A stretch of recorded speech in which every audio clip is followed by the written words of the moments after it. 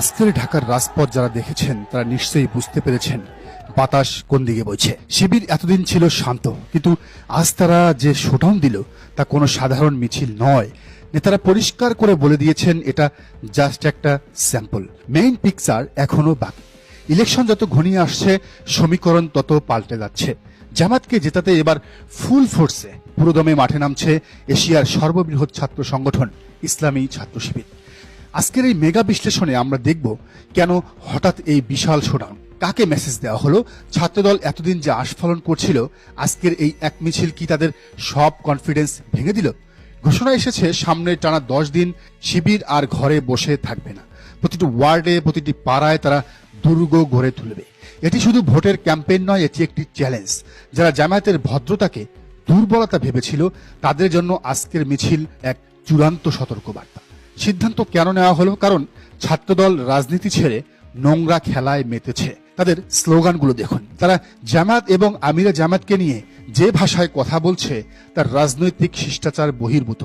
তাই জামায়াত হাইকমান্ড সিদ্ধান্ত নিয়েছে ইট মারলে পাটকেলটি খেতেই হবে।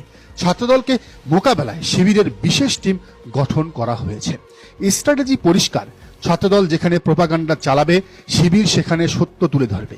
ছাত্রদল যেখানে নারীদের হেনস্থা করবে শিবির সেখানে প্রোটেকশন শিল্ড বা ঢাল হয়ে দাঁড়াবে।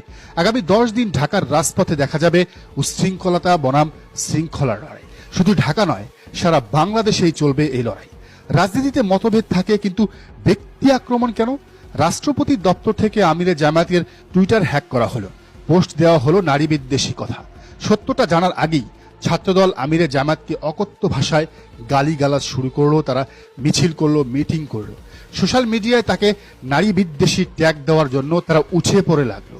জামায়াত প্রমাণ করেছে এটা হ্যাকিং, কিন্তু ছাত্রদল কি ক্ষমা চেয়েছে? না, বরং তারা এই মিথ্যাটাকে পুঁজি করে ক্যাম্পেইন চালাচ্ছে, প্রোপাগান্ডা চালাচ্ছে।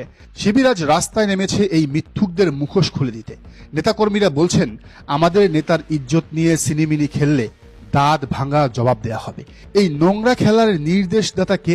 অভিযোগ আছে তারেক রহমানের সরাসরি নির্দেশেই ছাত্রদল জামায়াতের বিরুদ্ধে এই অ্যাগ্রেসিভ অবস্থানে গেছে। বিএনপি বুঝতে পারছে জামায়াতের জোয়ারে তাদের ভোট ব্যাংক ভেসে যাচ্ছে, তাই তারা বেছে নিয়েছে চরিত্র হননের পথ। তারেক রহমান জানেন রাজনৈতিকভাবে ডাক্তার শফিকুর রহমানকে মোকাবেলা করা খুবই কঠিন, তাই তিনি তার ছাত্র সংগঠনকে লেলিয়ে দিয়েছেন। উদ্দেশ্য নির্বাচনের আগে একটা বিশৃঙ্খলা তৈরি করা এবং জামায়াতকে উগ্র প্রমাণ করা। কিন্তু এই চাল বুমেরাং হয়ে গেছে।